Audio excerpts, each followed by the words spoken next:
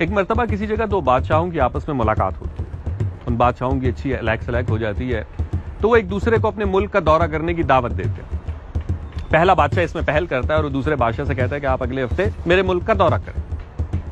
دوسرا بادشاہ جب پہلے بادشاہ کے ملک پہنچتا ہے تو وہ دیکھتا ہے کہ بہت خوبصورت ملک ہے، بہت زرخیز ملک ہے، لوگ کام کر رہے ہیں، اس کا استقبال بھی بہت زبردست کیا جاتا ہے، بڑی مہمان نوازی سے ساری قوم پیش آتی ہے، کوئی اس کی چپل اٹھا رہا ہے، کوئی اس کے لیے دسترخوان لگا رہا ہے، کوئی اس کے ہاتھ دھلا رہا ہے، کوئی کھانا پیش کر رہا ہے۔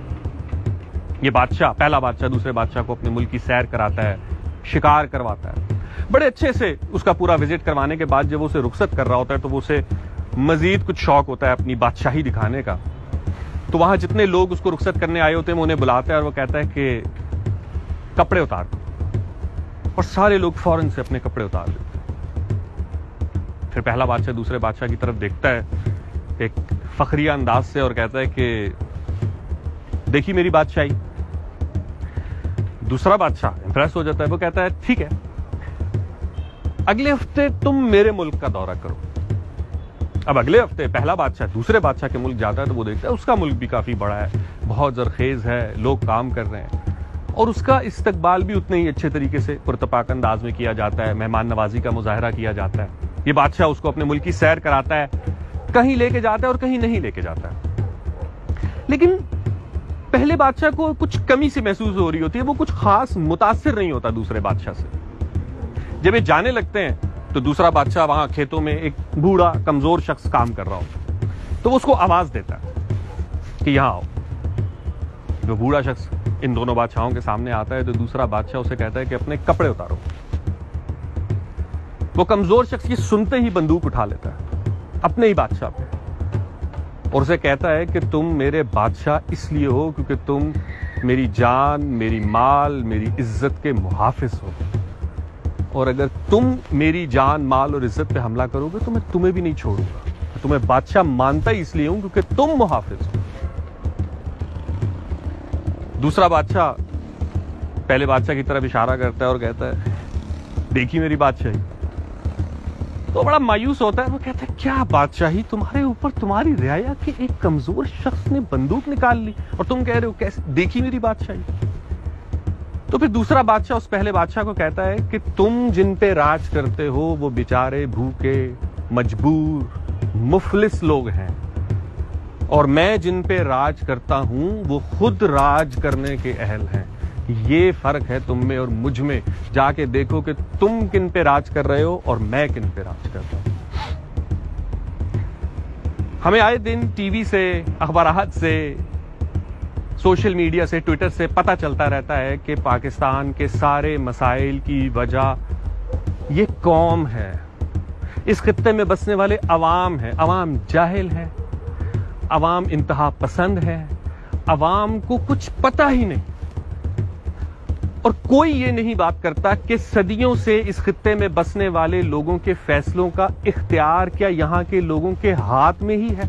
یا تو ہو نا کہ ہم اپنے سارے فیصلے خود کرتے ہوں تو ہم کہیں ہاں بھائی ٹھیک ہے، ہم ذمہ دار ہیں، ہم نے بہتری نہیں کی، لیکن اگر فیصلوں کا اختیار ہمارے بجائے کسی اور کے ہاتھ میں ہے تو ان سے کس نے پوچھنا ہے؟ پھر کتنے آرام سے لوگ کہہ دیتے ہیں یار قوم کی معاشی حالت بدلنی پڑے گی، قوم کے لوگ بڑے غریب ہیں۔ ہم غریب ہیں، ہم جو صدیوں سے لٹنے کے بعد، صدیوں کی کرپشن، صدیوں کی مکاری، غداری، لوٹ کھسوٹ جھیلنے کے بعد بھی آج نہ صرف خود سروائیو کر رہے ہیں بلکہ اس طبقے کو بھی پال رہے ہیں جو ہمیں لوٹ رہا ہے۔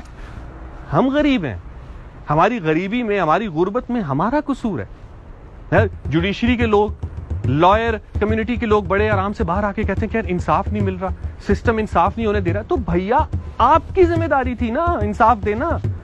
اور اگر آپ سسٹم میں بیٹھ کے عوام کے لیے کام نہیں کر سکتے، مان لیا جوڈیشری میں رہ کے آپ کو بہت سارے مسائل ہیں کہ آپ انصاف نہیں دے پا رہے، تو چھوڑ دیں۔ آپ 30 سال کی نوکری کیوں کر رہے ہیں، تنخواہ کیوں لے رہے ہیں، پینشن کیوں لے رہے ہیں، وہ ساری پرکس اینڈ پریویلیجز، وہ رسپیکٹ، وہ احترام کیوں سمیٹ رہے ہیں جبکہ آپ وہ کام ہی نہیں کر رہے جو آپ کے ذمہ ہے؟ یہ تو آپ کو انصاف دلانے کے لیے آپ کو یہ سب چیزیں دی جا رہی ہے نا۔ جب آپ انصاف ہی نہیں دے رہے تو آپ اس چیز کے حقدار ہی نہیں ہیں، آپ چھوڑ دیں نا۔ سب کو پتا ہے کہ اس ملک میں لوگوں کے مسائل کی اصل وجہ سسٹم ہے، تو سسٹم کے کچھ لوگ متاثرہ ہیں اور کچھ لوگ بینیفیشری، اکثریت بلکہ متاثرہ ہے۔ آپ سسٹم کے بینیفیشری ہو کے سسٹم کے متاثرہ لوگوں کو، وکٹمز کو کہیں گے کہ وہ ذمہ دار ہیں اپنی بدحالی کے. ایک آرٹسٹ اٹھتا ہے وہ بڑے آرام سے اس سے آپ سوال کریں کہ بھئی آپ اچھا کانٹینٹ کیوں نہیں بنا رہے؟ لوگ یہی دیکھنا چاہتے ہیں. لوگوں کا ٹیسٹ اگر برا ہے تو لوگوں کا ٹیسٹ کس نے بنانا تھا؟ آپ نے. ہمارے علماء و مشائخ چندہ بھی لیتے ہیں، عزت بھی لیتے ہیں، گدیاں بھی سنبھالی ہوئی ہیں، اتنے ان کے پروٹوکولز ہیں، اور یہ تقریروں میں کیا کہتے ہیں؟ معاشرے میں گناہ پھیل گیا، عوام خدا سے دور ہو گئی ہے، دین سے دور ہو گئی ہے، تو ان کو قریب کس نے لانا تھا؟ آپ نے. سر یہ آپ کی ڈیوٹی تھی، آپ فیل ہوئے. آپ کب اپنی ناکامی تسلیم کریں گے کہ ہم اتنے عرصے تک عہدوں پہ رہنے کے باوجود، تنخواہیں، مرات، عزت، احترام سمیٹنے کے باوجود اپنا کام ٹھیک سے نہیں کر سکے؟ آپ کب آگے بڑھ کے کہیں گے کہ نہیں قوم کا سر شرم سے نہیں جھک گیا، ہمارا سر شرم سے جھک گیا کیونکہ سارے فیصلوں کا اختیار تو ہمارے پاس تھا اور ہم ہی ان کے لیے کچھ نہیں کر سکے؟ اگر آپ نے سسٹم کے بینیفیشری رہنا ہے تو ہمیں نہ آپ کے گیان کی ضرورت نہیں ہے. ہمیں آپ مت بتائیں کہ ہمارے مسائل کی وجہ کیا ہے. اپنی غلطی تسلیم کریں اور ہر کوئی اپنی کمیونٹی میں سے اس شخص کو ہائی لائٹ کرے کہ ہاں یہ ہے جو غلط کام کر رہا ہے. وہ چاہے صحافی ہے، وہ چاہے ڈاکٹر ہے، وہ چاہے لائر ہے، وہ چاہے مولوی ہے، وہ کوئی بھی ہے. جو سسٹم کا بینیفیشری ہے وہ پھر آپ کا نہیں ہے، وہ پھر سسٹم کا بینیفیشری ہے، وہ پھر اوپریسر ہے اور آپ اوپریسڈ ہیں. سو اس لیے ان کو اپنا نمائندہ سمجھنا یا ان کو اپنے لیے نجات دہندہ سمجھنا صریحاً بے وقوفی ہے، اور یہی بے وقوفی شاید ہماری اس بدحالی کی ذمہ دار ہے.